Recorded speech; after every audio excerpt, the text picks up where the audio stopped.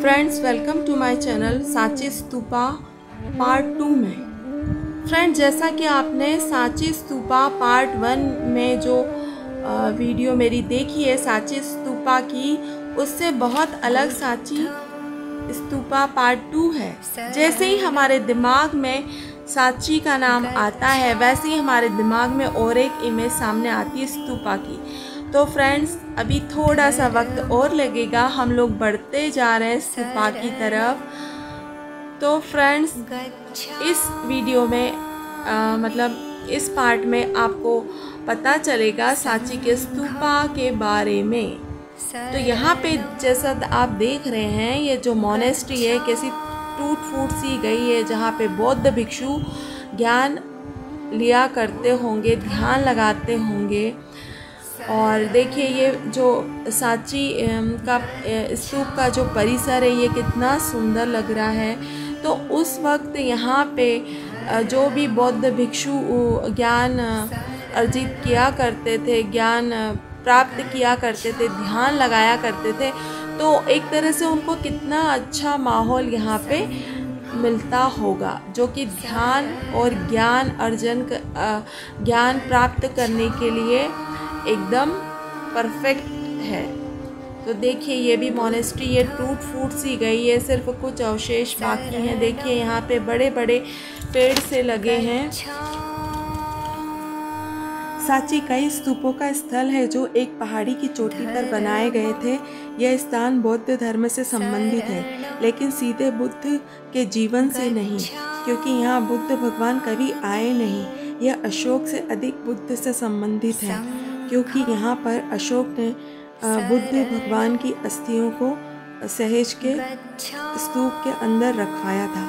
अशोक ने पहला स्तूप बनवाया था और कई स्तंभ बनवाए थे। सांची का स्तूप 200 रुपये के भारतीय बैंक नोट के पीछे छपा है। आप देख सकते हैं 200 रुपये के नोट पे सांची का स्तूप बना होगा। सांची स्तूप यूनेस्को द्वारा विश्व धरोहर घोषित हुआ है। स्तूप नंबर 1 में भगवान बुद्ध की अस्थियां रखी है, जो कि बहुत ही ज़्यादा पवित्र माना जाता है। यह भारत के सबसे पुराने पत्थर की संरचना है। स्तूप नंबर 1, जिसमें कि भगवान बुद्ध की पवित्र अस्थियां रखी है, इस स्तूप में 4 तोरण द्वार है। अशोक स्तंभ का साइन भी, जो कि शेर की आकृति का है, यहीं से सांची से ही लिया गया था। सांची में 93 स्तूप हैं। 3 स्तूप सबसे बड़े हैं। सबसे बड़े स्तूप नंबर 1 में भगवान बुद्ध के अवशेष रखे हैं, जो कि बुद्ध धर्म के अनुयायियों के लिए बहुत ही पवित्र माने जाते हैं। और यहाँ पे देश विदेश से लोग आते हैं इनके दर्शन करने के लिए। स्तूप 2-3 की खुदाई करके उसमें से अस्थियां को निकाल लिया गया था। उसमें भगवान बुद्ध के शिष्यों की अस्थियां निकाली गई थी। चैत्यगिरी विहार या मंदिर के तहखाने में ये अस्थियां रखी है। अस्थियों के दर्शन नवंबर में करने को मिलते हैं, जबकि यहाँ पे एक मेला लगता है, जो मेला नवंबर के आखिरी में लगता है और वो संडे सैटरडे को लगता है। उस दिन यहाँ पे लोग उन अस्थियों के दर्शन करने के लिए जमा होते हैं। स्तूप 2 में तोरण द्वार नहीं है। यहाँ पर 10 बौद्ध टीचर्स की अस्थियों के अवशेष रखे हैं। भगवान बुद्ध को इन स्तूपों के तोरण द्वार में बोधि वृक्ष के रूप में दर्शाया गया है। जैसा कि आप देख रहे हैं, यहाँ पे बुद्ध स्तूप से संबंधित जानकारी के लिए बोर्ड बनाया गया है। और ये जो बिल्डिंग आप देख रहे हैं, ये बहुत ही आकर्षक है, क्योंकि इस टाइप की डिज़ाइन है, आर्किटेक्चर हमको फॉरेन में ही देखने को मिलता है, जो कि उस वक्त में यहाँ पे बनाया गया था। और ये जो बिल्डिंग आप देख रहे हैं, वो एक हॉल था और वहाँ पे प्रेयर की जाती थी, जो कि बहुत ही सुंदर बिल्डिंग दिखाई दे रही थी। देखिए जैसा कि आप देख रहे हैं, यहाँ पे बौद्ध स्तूप के बारे में पूरी जानकारी लिखी गई है। जिससे कि लोग आके इनको पढ़ सके और बौद्ध स्तूप के बारे में लोगों को सही जानकारी मिल सके कि ये कितना पुराना है। और यहाँ इंग्लिश और हिंदी के साथ में श्रीलंकाई भाषा में भी लिखा हुआ है, ताकि वहाँ के लोग ज़्यादा आते हैं तो उनको भी सही जानकारी उनकी भाषा में पढ़ने के लिए मिल जाए।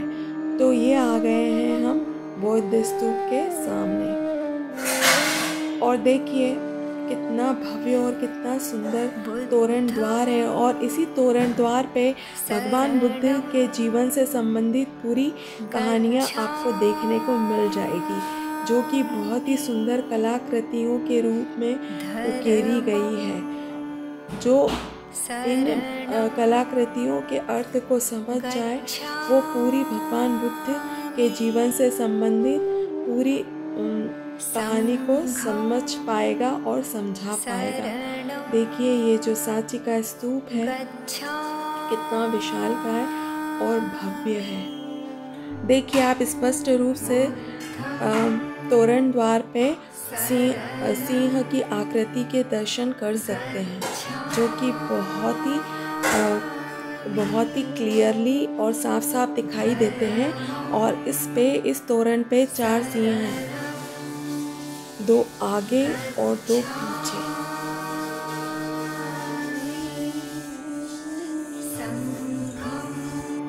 इसी को अशोक स्तंभ का चिन्ह या साइन कहा जाता है, जो कि हमने अपनाया है।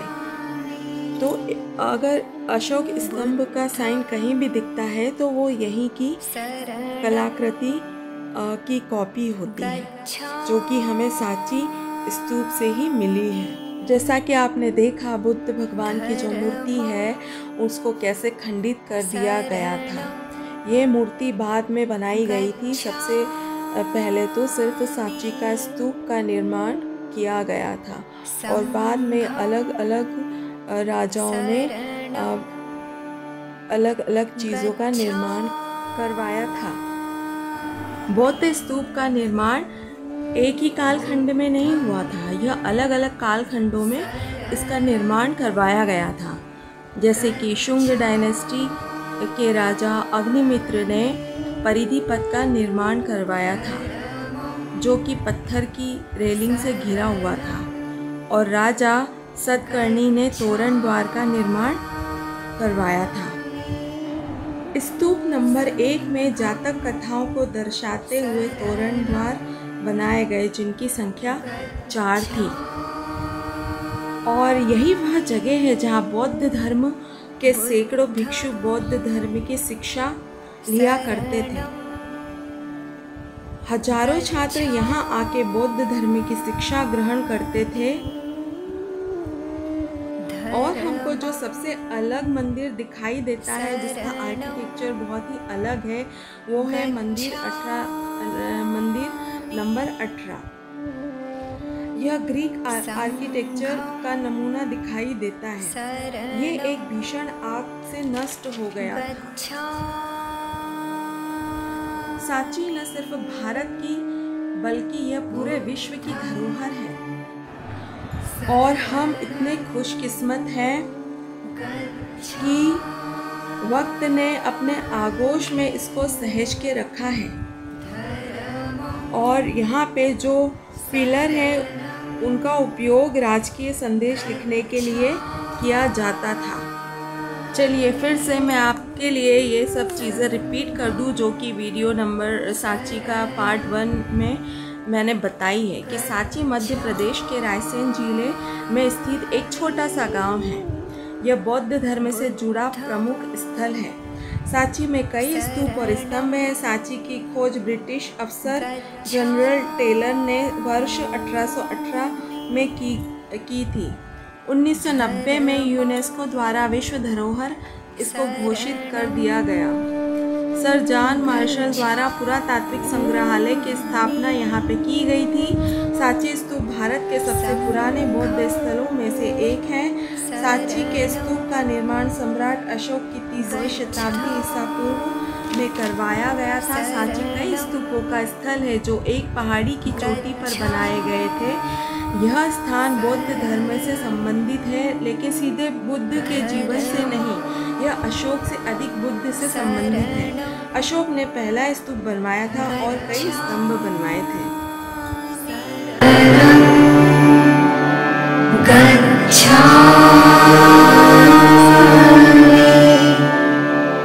संघं शरणं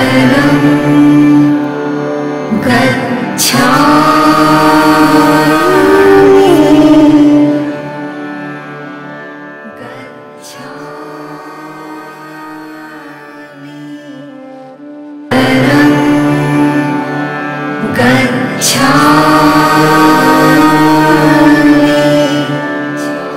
संघं शरणं गच्छामि।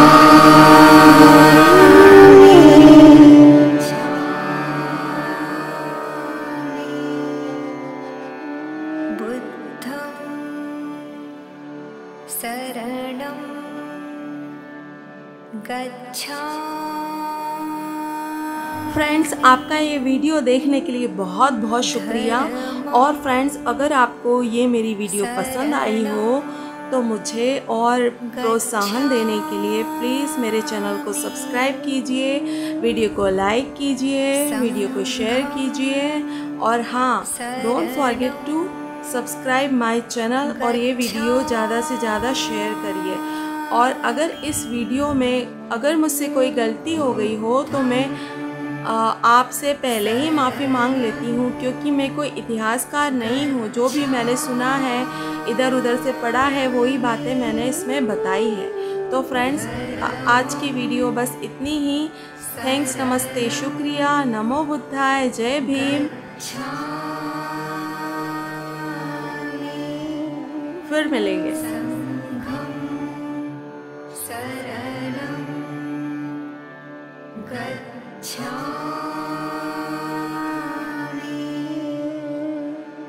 बुद्धं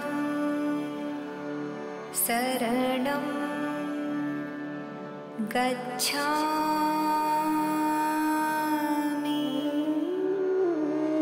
धर्मं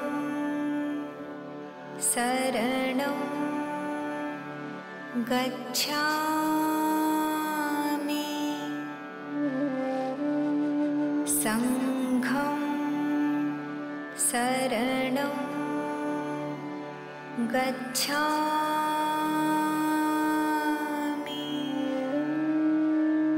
बुद्धं शरणं गच्छामि।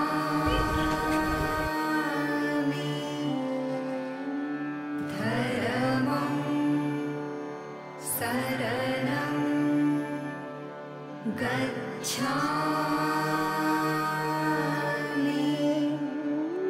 संघं शरणं गच्छामि। बुद्धं शरणं गच्छामि।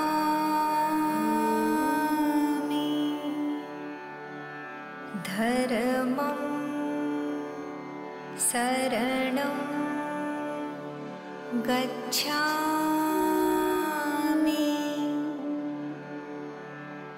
संघं शरणं गच्छामि।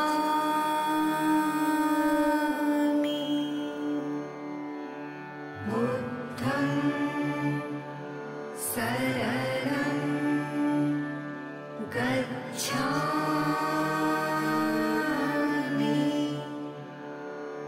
धर्मं शरणं गच्छामि। संघं शरणं गच्छामि।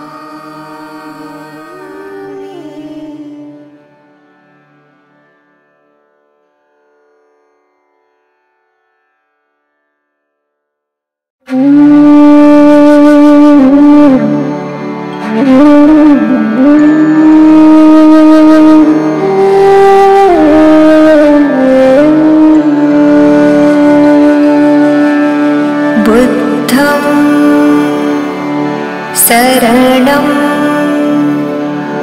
गच्छामि